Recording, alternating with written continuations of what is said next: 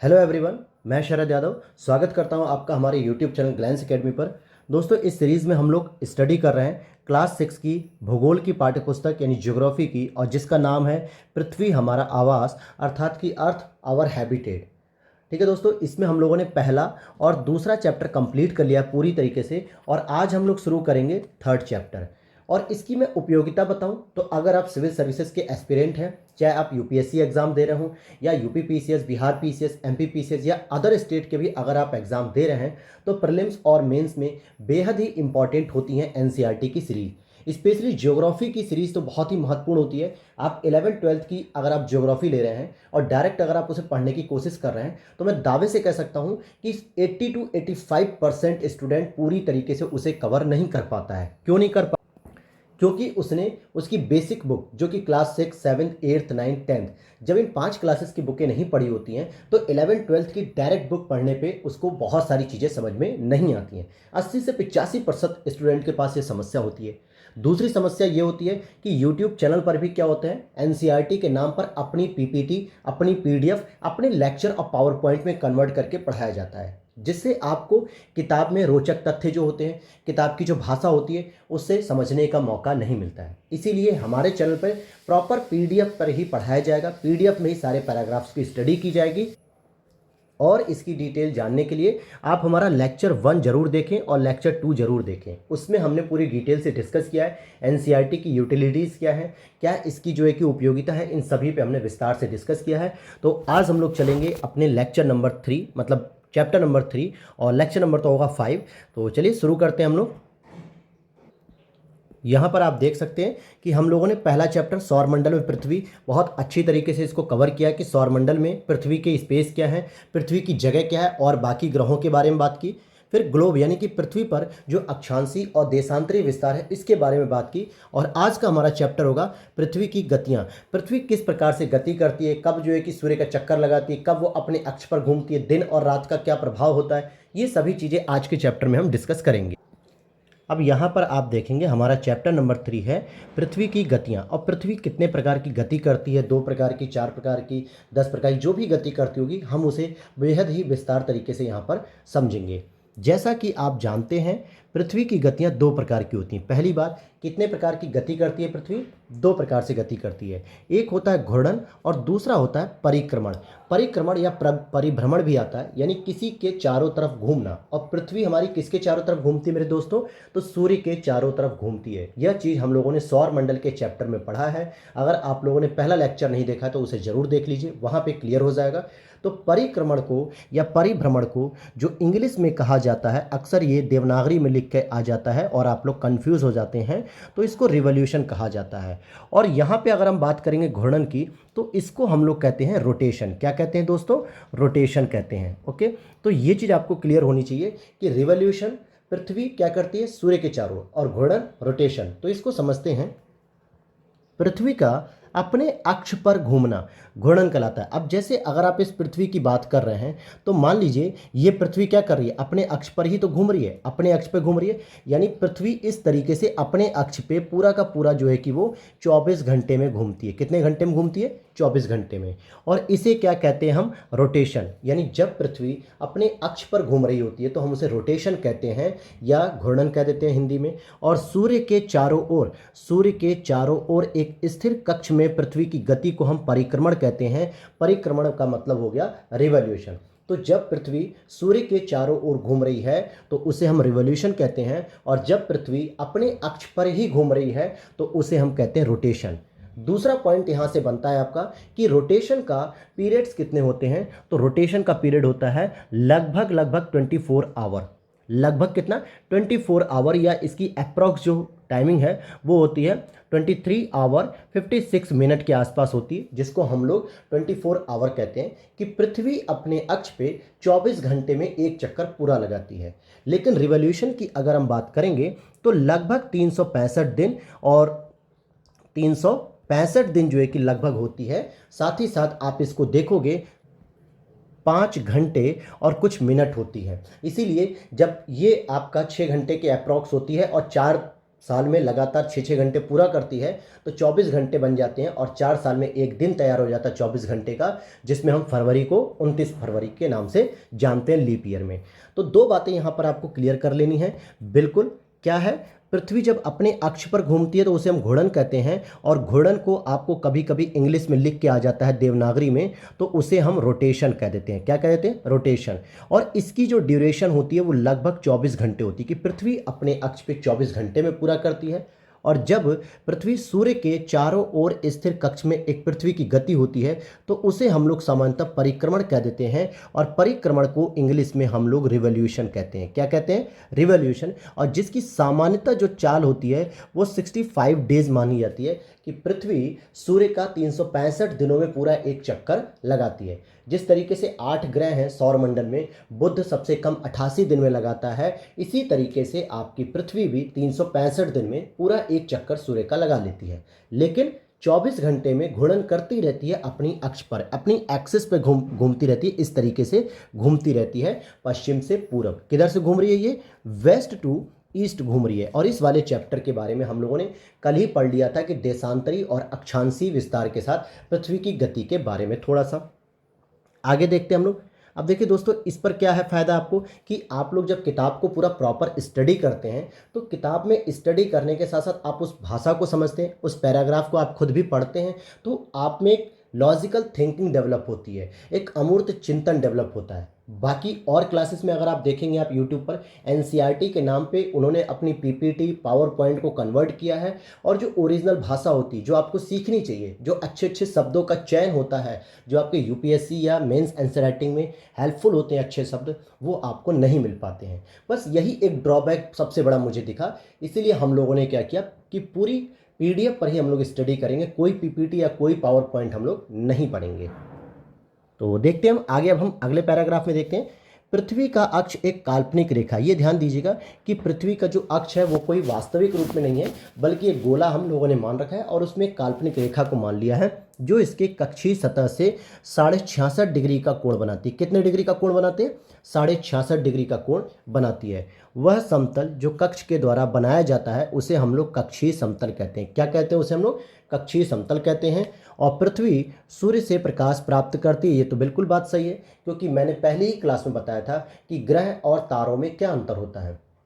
एक बार फिर से यहाँ पे रिवीजन करा देता हूँ शॉर्ट में, कि जो ग्रह होते हैं दोस्तों, जो आपके ग्रह होते हैं, उनके पास स्वयं की ऊष्मा या प्रकाश नहीं होता है, प्रकाश नहीं होता है। जबकि तारों के पास क्या होता है? उनके पास अपनी ऊष्मा और प्रकाश दोनों ही होता है।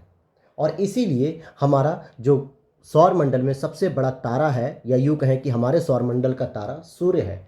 सूर्य के प्रकाश और ऊष्मा से ही बाकी सभी 8 ग्रह चमकते हैं, चाहे वो बुध हो, चाहे वो पृथ्वी हो, या फिर मंगल हो, या शुक्र हो, या बृहस्पति हो, या बाकी कोई भी ग्रह।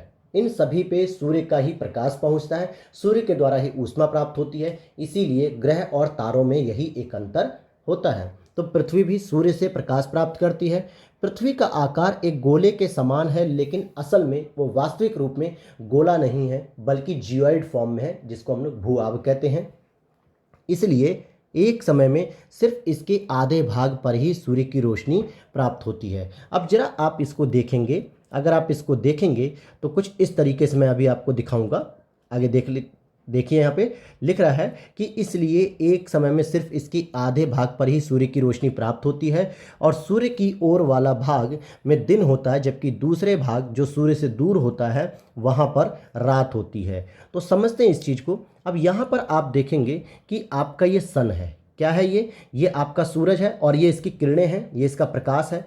लेकिन जब हमारी पृथ्वी इस तरीके से अपना चक्कर पूरा लगा रही होती है, इस तरीके से, कैसे, कुछ इस तरीके से घूमती है वो वेस्ट टू ईस्ट, तो जो ये वाला पार्ट होता है दोस्तों, ये वाला पार्ट जो सूर्य के सामने आता है, जहाँ पर प्रकाश सीधे पड़ता है, जहाँ पर प्रकाश सीधे पड़ता है, तो हम उसको क्या कहते हैं कि यहाँ पे दिन हो गया है। लेकिन इसी के साथ पृथ्वी का जो पिछला हिस्सा होता है, जहाँ पे कोई प्रकाश नहीं पड़ता है, तो जिसे हम लोग नाइट कहते हैं, कि यहाँ पे रात होती है। इसीलिए जो आपके कुछ रिश्तेदार अगर फॉरेन में हो, खासकर अमेरिका जैसे देश में या यूरोपीय देशों में, तो वहाँ पर अगर आप फ़ोन करेंगे दिन में तो वहाँ रात हो रही होगी, और अगर आप रात में यहाँ से फ़ोन करेंगे तो वहाँ दिन हो रहा होगा। ऐसा क्यों होता है? क्योंकि पृथ्वी का एक ही हिस्सा सूर्य के सामने होता है। पृथ्वी इस तरीके से, और होता क्या है, फिर जब 12 दिन के बाद ये वाला हिस्सा जो है आपका, ये वाला विषुवत वृत्त के सामने वाला, ये जब पीछे चला जाता है तो इसमें रात हो जाती है, और ये वाला हिस्सा जो आपको दिख रहा है, ये वाला जब सामने आ जाता है तो यहाँ पर फिर दिन हो जाता है। तो इस तरीके से आप देखेंगे कि पृथ्वी के आधे हिस्से में 12 घंटे दिन होते हैं और 12 घंटे रात होते हैं। और आगे समझते हैं इसके बारे में। ग्लोब पर वह वृत्त जो दिन और रात को विभाजित करता है, ध्यान दीजिएगा, इस लाइन को बहुत आसानी से समझिएगा, उसे प्रदीप्ति वृत्त कहते हैं। अब पहला वर्ड होता है प्रदीप्ति। प्रदीप्त मतलब होता है कि कहीं ना कहीं दूसरे ग्रह, मतलब दूसरे तारों से प्रकाश ग्रहण करना। बिल्कुल बात सही है। तो ऐसा कौन सा वृत्त है, यानी ऐसी कौन सी समानांतर रेखा है जो क्या करती है, दिन और रात को विभाजित करती है, तो वो ये हो जाता है, ये देशांतरी वृत्त होता है एक तरीके से, जिससे ये क्लियर हो जाता है कि इसके इस तरफ के देशांतरी जो विस्तार हैं, इस तरफ के पूर्वी वाले, यहाँ पर अगर दिन है तो इसके पश्चिम वाले जो देशांतरी विस्तार है, यहाँ पर आपको क्या देखने को मिलेगा, रात देखने को मिलेगी। तो ये वाली जो देशांतर रेखा है जो प्रदीप्त वृत्त के रूप में काम करती है, तो यही दिन और रात को विभाजित करती है। और यही प्रश्न आपसे स्टेटमेंट वाइज 2018 के प्रीलिम्स में पूछा गया है कि प्रदीप्त वृत्त क्या होता है। जो दिन और रात को विभाजित करता है उसी को हम प्रदीप्ति वृत्त कहते हैं। यह वृत्त अक्ष के साथ नहीं मिलता है। क्यों? क्योंकि हमारी जो एक्सिस होती है वो ये होती है, हमारी जो एक्सिस होती है दोस्तों वो तो ये है, देखिए ये एक्सिस है, लेकिन प्रदीप्त वृत्त क्या होता है, वो ये होता है। तो ये कभी भी एक्सिस के साथ एक पैरेलल नहीं चलता है। इतनी बात आपको क्लियर हो चुकी होगी। यहाँ पर आगे देख लेते हैं हम लोग। पृथ्वी अपने अक्ष पर एक चक्कर पूरा करने में लगभग 24 घंटे का समय लगाती है, और इसी 24 घंटे को हम लोगों ने क्या कहा कि घूर्णन कहा हिंदी में, या फिर इंग्लिश में हम इसे रोटेशन भी कहते हैं। तो रोटेशन की जो ड्यूरेशन होती है, टाइम पीरियड होता है, वो 24 आवर होती है, और घूर्णन के इस समय काल को पृथ्वी दिन कहा जाता है। अर्थात कि पृथ्वी का एक दिन कंप्लीट हो गया, और यही पृथ्वी की दैनिक गति होती है। दैनिक गति का मतलब क्या होता है दोस्तों, जो डेली पे होती है, यानी कि डेली पृथ्वी 24 घंटे में लगभग अपनी एक्सिस पे पूरा घूम जाती है। और अगर हम इसकी ईयरली की बात करेंगे, भाई ईयरली जो वार्षिक गति होती है, जिसको हम लोग हिंदी में लिख देते हैं वार्षिक गति, तो ये सामान्यतः क्या होती है, 365 डेज की होती है, क्योंकि ये 365 डेज सूर्य के चारों ओर लगाई जाती है, जिसको हम लोग रिवॉल्यूशन कहते हैं। क्या कहते हैं हम इसको? रिवॉल्यूशन कहते हैं, अर्थात परिभ्रमण या परिक्रमण कहते हैं। तो यहाँ पर ये बातें इतनी आपको आसानी से क्लियर हो गई होंगी, क्योंकि मैंने बहुत ही आसान भाषा में आपको समझाया है। अब आगे हम देखते हैं, अगर पृथ्वी घूर्णन न करे तो क्या होगा। अब देखिए यहाँ पे आपकी लॉजिकल रीजनिंग तैयार होगी। अगर जिस व्यक्ति ने, जिस मेरे स्टूडेंट ने या मेरे भाई ने या मेरी बहन ने, जिसने कभी ज्योग्राफी पढ़ी ना हो दोस्तों, जो नॉन ह्यूमैनिटीज़ बैकग्राउंड का है, जिसने बीटेक एमटेक किया है, बीसीए एमसीए बीएससी बीकॉम किया है, जिसने बीए किया ही नहीं है, कभी इसने सोसाइटी वाले सोशल सब्जेक्ट पढ़े ही नहीं इसने, तो ऐसे छात्रों के लिए क्या होगा कि ये चीज़ सोच ही नहीं पाएंगे कि यार अगर पृथ्वी घूर्णन ना करे तो क्या होगा। पहला प्रभाव दोस्तों कि जब पृथ्वी घूर्णन नहीं करेगी तो जिस एरिया में रात है वो रात ही रह जाएगी, और जिस एरिया में दिन है वो दिन ही रह जाएगा। यानी जो 12 घंटे पे जो दिन और रात बदलते हैं वो ठहर जाएंगे, क्योंकि जब पृथ्वी घूमेगी ही नहीं अपनी एक्सिस पे, तो सूर्य का प्रकाश एक ही जगह पे रह जाएगा और दूसरी जगह पे पहुंचेगा ही नहीं। तो पहला प्रभाव तो ये होगा। तो देखते हैं, सूर्य के तरफ वाले पृथ्वी के भाग हमेशा दिन होगा, और जिसके कारण उस भाग में गर्मी लगातार पड़ेगी, और दूसरे भाग में हमेशा अंधेरा रहेगा और उसे पूरे समय ठंड पड़ेगी वहाँ पे। इस तरह की अवस्था में जीवन संभव नहीं है, क्योंकि आपको भी पता है कि न गर्मी बहुत अच्छी है न ठंडी बहुत अच्छी है, लेकिन हमारे जीवन के लिए, हमारी फसलों के लिए, हमारे समाज को जीवित रहने के लिए, हमारे प्राकृतिक पर्यावरण को सुरक्षित रखने के लिए दिन की भी आवश्यकता होती है गर्मी के साथ, और रात की भी आवश्यकता होती है ठंडक के साथ। तो दोनों ही चीज़ें बहुत ज़रूरी हैं, और अगर पृथ्वी नहीं घूम रही अपनी एक्सिस पे तो ये बहुत बड़ी एक चुनौती हो जाएगी जीवन के लिए, और शायद जीवन समाप्त हो जाएगा। पृथ्वी की दूसरी गति जो सूर्य के चारों ओर कक्ष में होती है उसे हम लोग परिक्रमण कहते हैं, और इसी को मैंने अभी आपको ऊपर समझाया था कि इसको हम लोग रिवॉल्यूशन कहते हैं। क्या कहते हैं? रिवॉल्यूशन कहते हैं। पृथ्वी एक वर्ष या 365 दिन और सवा 1/4। कहने का मतलब हो गया कि अगर आपका 24 घंटे का एक दिन होता है, जब आप उसे 4 हिस्सों में डिवाइड करोगे तो 6 घंटे होते हैं। और यही चीज़ मैंने आपको आगे बताया था कि सूर्य का एक चक्कर लगाती है 365 दिन 6 घंटे में, और हम लोग एक वर्ष 365 दिन का मानते हैं तथा सुविधा के लिए जो 6 घंटे हैं को इसमें नहीं जोड़ते हैं। लेकिन जब ये हर साल 6-6 घंटे को जोड़ती है तो चौथे साल में जाके 6 गुणा 4 करने पे 24 घंटे तैयार हो जाते हैं, और 24 घंटे का एक दिन तैयार हो जाता है, और उस एक दिन को हम लोग लीप ईयर में 29 फरवरी के नाम से जानते हैं। तो इसीलिए जो ऑफिशियली अगर स्टेटमेंट आपको लिख के आता है एग्जाम में कि 365 दिन 6 घंटे में पूरा एक चक्कर लगाती है पृथ्वी सूर्य का, तो बिल्कुल सही माना जाएगा ये। तो ये बात यहाँ पे आपको क्लियर हो गई होगी घूर्णन और परिक्रमण की। अब आते हैं हम इसके आगे की बात देखते हैं कि परिक्रमण और ऋतुओं से क्या प्रभाव पड़ता है, और इसी तरीके से हम आगे देखते हैं। अभी मैं आपको ये पूरा जो फिगर है दोस्तों, इसे मैं छोड़ूंगा नहीं, अभी मैं आपको इसको पूरा डिटेल से समझाऊंगा पूरा। लेकिन पहले अभी आप इनके बारे में थोड़ा सा पैराग्राफ में समझिए, फिर आप इसको इमेजिनरी कर लेंगे आराम से। देखते हैं यहाँ पे कि 4 वर्षों में प्रत्येक वर्ष के बचे हुए 6 घंटे मिलकर एक दिन यानी 24 घंटे के बराबर हो जाते हैं, और इसके अतिरिक्त दिन को फरवरी के महीने में जोड़ा जाता है। इसीलिए प्रत्येक चौथे वर्ष फरवरी माह 28 के बदले 29 दिन को होता है, और जिसमें हम लोग क्या कहते हैं कि फिर ये 366 दिन का एक वर्ष माना जाता है, जिसे हम लोग लीप वर्ष कहते हैं। क्या कहते हैं? जिसे हम लोग लीप वर्ष कहते हैं दोस्तों। आगे देख लेते हैं हम यहाँ पे।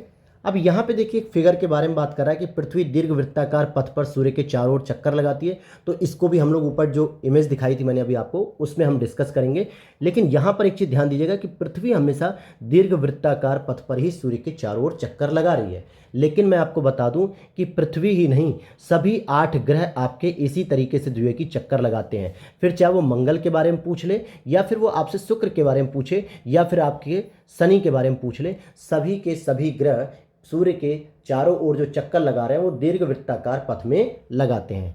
पृथ्वी पूरे कक्ष में एक ही दिशा में झुकी होती है। ध्यान दीजिएगा, एक दिशा में झुकी होती है। अब आगे हम देखते हैं यहाँ पर जो इमेज थी उसके बारे में, यहाँ से थोड़ी थोड़ी जानकारी आपको कलेक्ट करनी है। सामान्यतः एक वर्ष को गर्मी, सर्दी, वसंत और शरद ऋतुओं में बांटा जाता है। सामान्यतः 4 ऋतुओं में बांट दिया जाता है। तो ऑन एवरेज, अगर हम ऑन एन एवरेज की बात करेंगे तो 4 ऋतुओं को जब हम 12 मंथ में बांटते हैं तो एक ऋतु हमारी लगभग 3 मंथ की होती है। परंतु मानवीय हस्तक्षेप के द्वारा जलवायु परिवर्तन इतना अधिक कर दिया गया है कि जाड़ा तो हमारा जो ठंडी होती है दोस्तों, वो मुश्किल से 2 या 2.5 महीने रह गया है, 2.5 माह लिख देता हूँ। और अगर हम गर्मी की बात करें दोस्तों, तो गर्मी हमारी लगभग अप्रैल फर्स्ट वीक से शुरू होकर सितंबर अक्टूबर तक जाती है। इसका मतलब मान के चलिए कि आप 6 महीने के आसपास जो है कि गर्मी रहने लगी है। और वर्षा ऋतु की बात करें तो वो 1 से 2 महीने भी नहीं रह पाती है। 1 जून को केरल के तट पे हमारा मानसून टकराता है, लेकिन मुश्किल से जून लास्ट होते होते बारिश हो पाती है पूरे भारत में शुरू, और जुलाई के फर्स्ट वीक या सेकंड वीक में समाप्त हो जाती है। तो बारिश की भी माह लगातार कम हो रहा है। और ऐसा क्यों हो रहा है? मानवीय हस्तक्षेप इतना अधिक किया गया है, प्रकृति के साथ इतना अधिक छेड़छाड़ किया गया है, जलवायु विनाश किया गया है, जलवायु परिवर्तन का नाश किया गया है। इसलिए जो है कि ये परिवर्तन हमें देखने को मिलता है। ऋतुओं में परिवर्तन सूर्य के चारों ओर पृथ्वी की स्थिति में परिवर्तन के कारण होता है। यानी जिस तरीके से सूर्य के चारों ओर पृथ्वी हमारी एक्सिस पे अर्थात कि घूमती है जब सूर्य के चारों ओर, तो जैसा जैसा यहाँ पे परिवर्तन सूर्य के साथ होता है उसी को हम गर्मी, सर्दी, वसंत और शरद ऋतुओं में बांटते हैं। तो आते हैं अगले पॉइंट पे और यहाँ से हम समझते हैं इसको। अब यहाँ पर देखते हैं, देखिए पहले इमेज को ही मैं अब आपको यहाँ पे दिखाऊंगा। अब यहाँ पर इमेज आप समझिएगा मेरे साथ, बहुत आसानी भाषा में समझनी है, कोई कॉम्प्लिकेशन नहीं है, कोई कॉम्प्लिकेटेड नहीं होगा, बहुत आसान लैंग्वेज में हमको इसको समझ लेना है। जैसे कि अगर मैं कहूँ कि यहाँ पे आपका सूर्य है और सूर्य यहाँ पे स्थिर है, इस क्या है, पहली चीज़ समझिएगा कि ये जो पथ है ये कैसा है, दीर्घ है और वृत्ताकार है तो सर्कुलेट फॉर्म में, लेकिन ये दीर्घ है और वृत्ताकार है। इसीलिए कहा जाता है कि पृथ्वी दीर्घ वृत्ताकार फॉर्म में क्या करती है, मोशन करती है, यानी कि घूमती है। तो ये रहा आपका सन, ये रहे हमारे सूर्य, और सूर्य का प्रकाश जो है कि चारों तरफ देखने को मिलता है। इधर भी देखने को मिलेगा, इधर भी देखने को मिलेगा, यहाँ भी देखने को मिलेगा और इधर भी देखने को मिलेगा। तो अब हम इसको समझते हैं एक एक करके कि हम सूर्य के चारों ओर की स्थिति कैसे पकड़ते हैं। आप कहीं से भी शुरू कर सकते हैं दोस्तों। हम लोग सामान्यतः शुरू करेंगे मार्च से, ठीक है। वैसे जनवरी से हम लोगों का पूरा ईयरली महीना शुरू होता है, लेकिन हम जब ऋतुओं की बात करते हैं, जलवायु की बात करते हैं, सूर्य और पृथ्वी के बारे में बात करते हैं, तो हम लोग चलो 21 मार्च से शुरू करते हैं। ये रहा आपका 21 मार्च का दिन, जिसको हम लोग विषुव कहते हैं। अब आप कहोगे सर विषुव क्यों कह रहे हैं हम विषुव क्यों कहें भाई से, जो है कि क्या हम और कोई शब्द प्रयोग नहीं कर सकते हैं यहाँ पर हम? तो चलिए देखते हैं इसको हम लोग। अब यहाँ पर हम लोग देखिए 21 मार्च और 23 सितंबर, यहाँ पे तो होता है विषुव का दिन, लेकिन जो आपका 21 जून होता है और 22 दिसंबर, ये सबसे इम्पॉर्टेंट डेट होती हैं। क्यों होती है मेरे प्यारे दोस्तों? तो देखिए हम लोग कहाँ रहते हैं, हम लोग रहते हैं अपने प्यारे से भारत में रहते हैं, ठीक है। तो हम जो ज्योग्राफी पढ़ते हैं, हम उसे भारत के कॉन्टेक्स्ट में देखते हुए समझते हैं कि भारत में जब गर्मी होती है तो हम गर्मी के हिसाब से स्टडी करते हैं, और जब भारत में ठंडी होती है तो हम ठंडी के हिसाब से स्टडी करते हैं।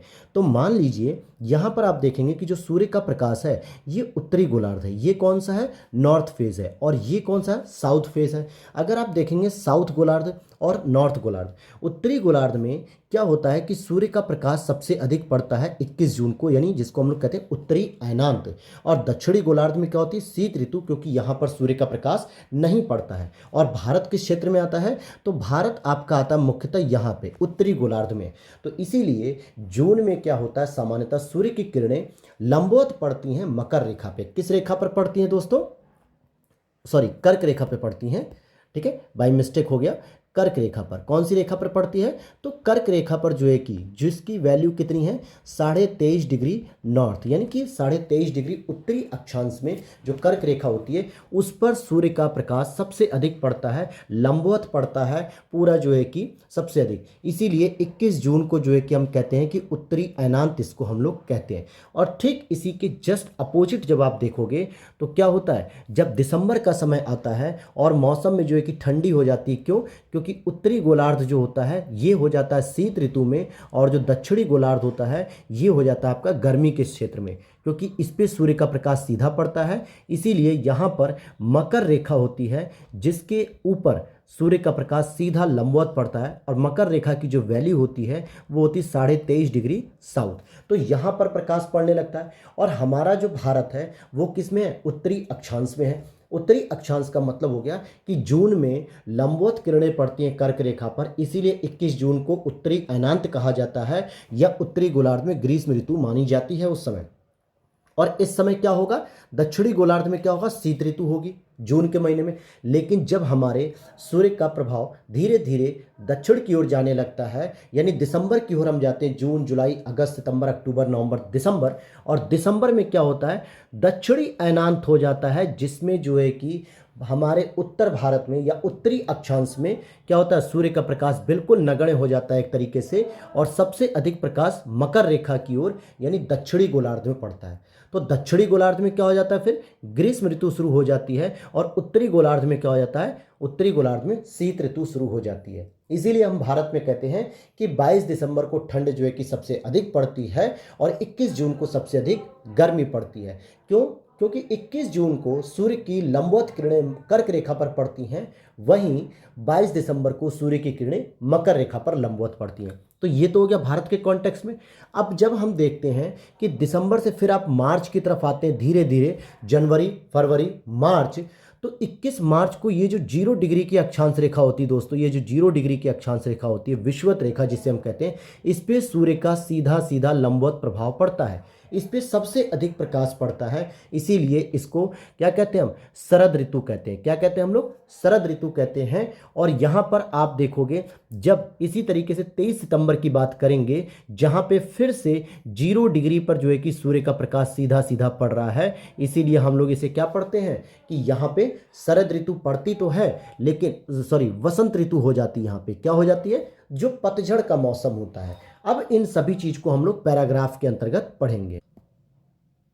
तो अब हम आगे देखेंगे कि जो हमने पढ़ा चित्र में कि 21 जून को उत्तरी गोलार्ध सूर्य की तरफ झुका होता है, क्योंकि उत्तरी गोलार्ध में हम लोग रहते हैं तो हम लोग सूर्य की ओर देखते हैं कि ये झुका हुआ भी रहता है, और सूर्य की किरणें कर्क रेखा पर सीधी पड़ती हैं, या यूं कहें कि लंबवत पड़ती हैं, और इसके परिणाम स्वरूप इस क्षेत्र में ऊष्मा अधिक प्राप्त होती है। इसीलिए हम लोग कहते हैं कि जून जुलाई के महीने में भारत में सबसे अधिक गर्मी पड़ने लगती है, और इस समय जून का महीना भी चल रहा है, तो आप लोगों को आइडिया भी होगा कि कितनी गर्मी इस समय पड़ रही है। ध्रुवों के पास वाले क्षेत्रों में कम ऊष्मा प्राप्त होती है, क्योंकि वहां सूर्य की किरणें तिरछी पड़ती हैं। जैसे मान लीजिए ये जो है कि आपकी अर्थ है, तो इस पर तो जो है कि सीधी किरणें तो पड़ रही हैं 21 जून को, लेकिन जो ध्रुवों का पार्ट होता है उसमें ऐसे किरणें पड़ती हैं तिरछी, जिसकी वजह से वहां पे क्या होता है, प्रभाव कम होता है ऊष्मा का, और उत्तरी ध्रुव सूर्य की तरफ झुका होता है, तथा उत्तरी ध्रुव रेखा वाले रेखा के बाद वाले भाग पर लगभग 6 महीने तक लगातार दिन रहता है। यानी कि जो भी उत्तरी ध्रुव के क्षेत्र होते हैं वो लगभग 6 महीने तक वहाँ पे दिन ही रहता है, क्योंकि उत्तरी गोलार्ध के बहुत बड़े भाग में सूर्य की रोशनी प्राप्त होती है। इसीलिए विषुवत वृत्त के उत्तरी भाग में गर्मी का मौसम होता है, और 21 जून को इन क्षेत्रों में सबसे लंबा दिन माना जाता है, और सबसे छोटी रात भी इसी दिन होती है। और पृथ्वी की इस अवस्था को उत्तर अयनांत या उत्तरी अयनांत कहा जाता है, क्योंकि इस दिन सूर्य क्या होता है, कर्क रेखा की ओर होता है, अर्थात कि विषुवत रेखा से उत्तरी गोलार्ध की ओर होता है, जहां पे वो सबसे लंबे दिन तक रहता है, सबसे अधिक सूर्य का प्रकाश वहां पे प्राप्त होता है। ठीक इसी प्रकार जब हम बात करेंगे 22 दिसंबर की, कि 22 दिसंबर को दक्षिणी ध्रुव के सूर्य की ओर झुके होने के कारण मकर रेखा पर सूर्य की किरणें सीधी पड़ती हैं, और चूंकि सूर्य की किरणें मकर रेखा पर लंबवत पड़ती हैं, इसलिए दक्षिणी गोलार्ध में बहुत बड़े भाग में प्रकाश प्राप्त होता है, और इसलिए दक्षिणी गोलार्ध में लंबे दिन तथा छोटी रातों वाली ग्रीष्म ऋतु होती है। इसका मतलब क्या हो गया कि लंबे लंबे दिन होते हैं और रातें छोटी हो जाती हैं। तो जब सूर्य दक्षिण में चमकता है मकर रेखा की ओर, तो उस समय उत्तर में यानी उत्तरी गोलार्ध में ठंडी की ऋतु होती है, यानी दिसंबर में हमारे भारत में क्या होता है, ठंडी होती है। यहाँ लिखा भी है कि इसके ठीक विपरीत स्थिति उत्तरी गोलार्ध में होती है। पृथ्वी की इस अवस्था को दक्षिणी अयनांत या दक्षिण अयनांत कहा जाता है। अब इतनी बात समझ में आ गई। तो क्या आप जानते हैं कि ऑस्ट्रेलिया में ग्रीष्म ऋतु में क्रिसमस का पर्व मनाया जाता है। अब आप कहोगे सर क्रिसमस का पर्व तो जो है कि 25 दिसंबर को सेलिब्रेट किया जाता है, हमारे भारत में उस समय तो शीत ऋतु होती है। लेकिन मेरे प्यारे दोस्तों, जो ऑस्ट्रेलिया है वो आपका 0 डिग्री से नीचे है, अर्थात कि वो दक्षिणी गोलार्ध में होता है, और दक्षिणी गोलार्ध में क्या होता है, दिसंबर के समय गर्मी का महीना होता है, इसीलिए ऑस्ट्रेलिया में क्रिसमस का पर्व शीत ऋतु में मनाया जाता है। जबकि उत्तरी गोलार्ध में जाड़े के समय उसी समय सेलिब्रेट किया जाता है, उसी समय जाना पड़ता है। और आगे हम समझते हैं 21 मार्च एवं 23 सितंबर को सूर्य की किरणें विषुवत वृत्त पर सीधी पड़ती हैं, और इस अवस्था में कोई भी ध्रुव सूर्य की ओर नहीं झुका होता, यानी कि न तो नॉर्थ पोल न साउथ पोल। इसीलिए पूरी पृथ्वी पर रात और दिन क्या होते हैं, बराबर हो जाते हैं, रात और दिन बराबर हो जाते हैं, जिसे इक्विनॉक्स भी कहा जाता है या विषुव भी कहा जाता है। इसी तरीके से जब आप 23 सितंबर को देखेंगे, 23 सितंबर को उत्तरी गोलार्ध में शरद ऋतु होती है, जबकि दक्षिणी गोलार्ध में उस समय वसंत ऋतु होती है 23 सितंबर को। फिर उसके बाद जब 21 मार्च की स्थिति को देखेंगे तो ठीक इसके विपरीत होती है, क्योंकि उत्तरी गोलार्ध में तो हो जाती है वसंत ऋतु और दक्षिणी गोलार्ध में हो जाती है शरद ऋतु। तो ये था आपका डायग्राम के बारे में। तो इस प्रकार आपने पृथ्वी के घूर्णन, जिसको हम लोग रोटेशन कहते हैं, जिसकी ड्यूरेशन 24 घंटे की होती है, और परिक्रमण, जिसको हम लोग रिवोल्यूशन कहते हैं, जिसकी ड्यूरेशन लगभग 365 दिन होती है, इसी के कारण दिन और रात तथा ऋतुओं में परिवर्तन होता है। तो जो घूर्णन होता है उसकी वजह से मुख्य रूप से दिन और रात होते हैं, और परिक्रमण की वजह से सामान्यतः ऋतुओं में परिवर्तन होता है हर 3 से 4 महीने पर। तो इतनी बात क्लियर हो गई। अब आपसे स्टेटमेंट अगर देता है कि दिन और रात के पीछे पृथ्वी का परिक्रमण का प्रभावी होता है, और ऋतुओं में परिवर्तन के कारण ऋतुओं में जो परिवर्तन होता है वो पृथ्वी के घूर्णन से होता है, तो दोनों स्टेटमेंट गलत हो जाएंगे। क्योंकि ऋतुओं में परिवर्तन एक दिन में नहीं होता, बल्कि 3 से 4 महीने में होता है, जो कि सूर्य के चक्कर लगाने की वजह से होता है। और पृथ्वी के घूर्णन की वजह से दिन और रात की प्रक्रिया संपन्न होती है, क्योंकि हर 24 घंटे के में 12 घंटे का दिन और 12 घंटे का रात होती है। इसीलिए पृथ्वी की जो घूर्णन होती है वो 24 घंटे की होती है, जिसमें दिन और रात प्रभावी होते हैं। और रोटेशन यानी कि परिक्रमण में ऋतुओं में परिवर्तन होता है। तो ये बात आपको समझ में आ गई होगी।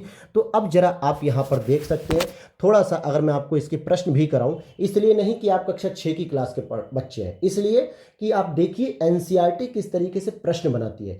क्या आपने उस प्रश्नों के माध्यम से ये चेक किया कि किताब में आपने जो चीज़ पढ़ी उसमें से क्या कोर एरिया आपने प्राप्त किया, किस टॉपिक को समझा, तो वो प्रश्नों से समझ में आता है। जैसे घूर्णन और परिक्रमण को परिभाषित करें, अर्थात आप घूर्णन के बारे में बता सकते हैं रोटेशन क्या होता है जब पृथ्वी अपने एक्सिस पर घूमती है 24 आवर्स में, और परिक्रमण क्या होता है जब पृथ्वी सोलर मंडल में या सौर मंडल में सूर्य की चक्कर लगाती है, तब जो है कि आपका परिक्रमण होता है।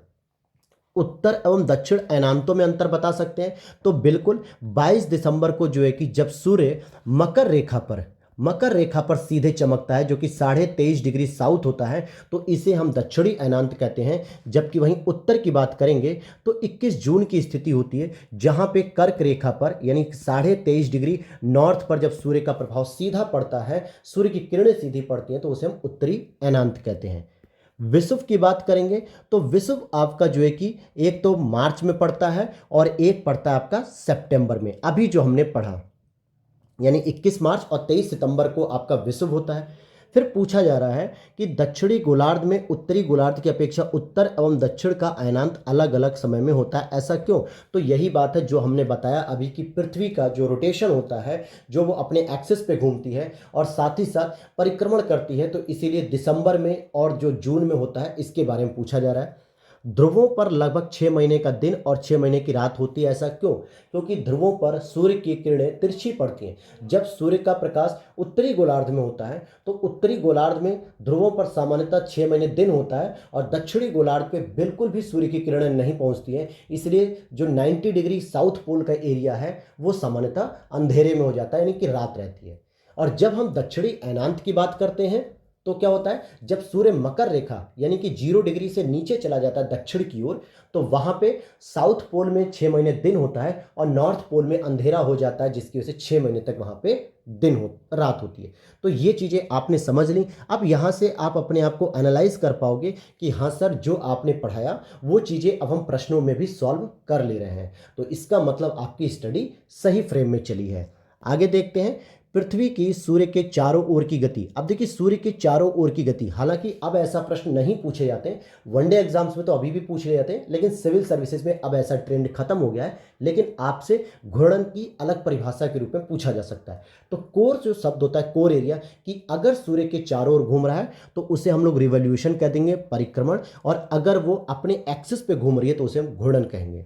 सूर्य की सीधी किरणें विषुवत वृत्त पर किस दिन पड़ती है? तो हमने बताया एक तो 21 मार्च को पड़ती है और दूसरा जो है कि 23 सितंबर को पड़ती है, जिसे हम लोग विषुव कहते हैं। गर्मी में क्रिसमस का पर्व कहाँ मनाया जाता है? तो भाई गर्मी में क्रिसमस का पर्व ऑस्ट्रेलिया में मनाया जाता है, क्योंकि सामान्यतः हमारे भारत में तो 25 दिसंबर को ही होता है पूरी दुनिया में, और 25 दिसंबर को उत्तरी गोलार्ध में क्या होती है, शीत ऋतु प्रभावी होती है, लेकिन दक्षिणी गोलार्ध में जहाँ पे ऑस्ट्रेलिया है वहाँ आपकी ग्रीष्म ऋतु प्रभावी होती है। ऋतुओं में परिवर्तन पृथ्वी की किस गति के कारण होता है, यह प्रश्न अभी भी पूछा जा रहा है। तो इसका जो उत्तर होगा ऋतुओं में परिवर्तन, तो ये होता है सामान्यतः परिक्रमण की स्थिति की वजह से, यानी कि जब सूर्य के चारों ओर पृथ्वी चक्कर लगाती है। तो यही प्रश्न आपसे प्रीलिम्स में भी आरओ के या बिहार पीसीएस यूपी पीसीएस के प्रीलिम्स में रख दिए जाते हैं, या यूपीएससी में स्टेटमेंट वाइज रख दिया जाता है, और आपको जब क्लियर नहीं होता है तो आप गलत कर जाते हो, और एनसीईआरटी से सीधे प्रश्न बन जाते हैं। जबकि आगे देखते हैं खाली स्थान को भरने के लिए कह रहा है। तो देखिए एक लिप, अब सर कहोगे आप क्या ये बच्चों की तरह सवाल करा रहे हो? दोस्तों बच्चों की तरह सवाल जरूर करा रहा हूँ, लेकिन आप इससे क्या कर रहे हो, पूरे चैप्टर को आप विद इन 5 मिनट्स में रिवीजन कर ले रहे हो। आप एनसीईआरटी के प्रश्नों को लास्ट में करेंगे तो आपका पूरा रिवीजन हो जाता है एक बार में 5 मिनट के अंदर, और यह भी पता चलता है कि आपने सही डायरेक्शन में पढ़ा है एनसीईआरटी को कि। अब जैसे एक लीप वर्षों में दिनों की संख्या तो 366। पृथ्वी की प्रतिदिन की गति को हम लोग क्या कहते हैं, घूर्णन कहते हैं, यानी रोटेशन। और पृथ्वी सूर्य के चारों ओर जब चक्कर लगाती तो उसको हम लोग क्या कहते हैं, परिक्रमण यानी रिवॉल्यूशन। और 21 जून को सूर्य की किरणें किस रेखा पर पड़ती है, सीधी, तो कर्क रेखा पर। और ऋतु में किस ऋतु में दिन छोटे होते हैं? अब देखिए किस ऋतु में दिन छोटे होते हैं, तो सामान्यतः भाई शीत ऋतु में, क्योंकि शीत ऋतु में रातें लंबी होती हैं, शाम को 6-7 बजे ही अंधेरा हो जाता है और सुबह 7-8 बजे तक जो है कि कोहरे का प्रभाव रहता है, तो दिन छोटा होता है, शीत ऋतु में रातें लंबी होती हैं। तो दोस्तों ये तो था आज का टॉपिक हमारा, और अब हम लोग जो है कि नेक्स्ट चैप्टर को कल कवर करेंगे, जिसमें हम लोग समझेंगे मानचित्र, और मानचित्र से हम क्या क्या चीज़ें सीख सकते हैं, ये सारी चीज़ें। वीडियो अच्छी लगी तो प्लीज़ लाइक कर दीजिएगा। आपके जो भी सजेशन हो प्लीज़ आप लोग जो है कि हमें कमेंट बॉक्स में बता सकते हैं, और साथ ही साथ चैनल पर पहली बार आए तो प्लीज़ चैनल को सब्सक्राइब कर लीजिए। जल्दी 1 से 2 और नए सेगमेंट शुरू किए जाएंगे, जिसमें हम करंट अफेयर्स को शामिल करेंगे, और इसकी पीडीएफ को ज्वाइन करने के लिए, पीडीएफ के लिए आप लोग टेलीग्राम चैनल को ज्वाइन कर लीजिए, लिंक डिस्क्रिप्शन बॉक्स में दिया हुआ है। मिलते हैं नेक्स्ट वीडियो में। Thanks for watching. Thank you.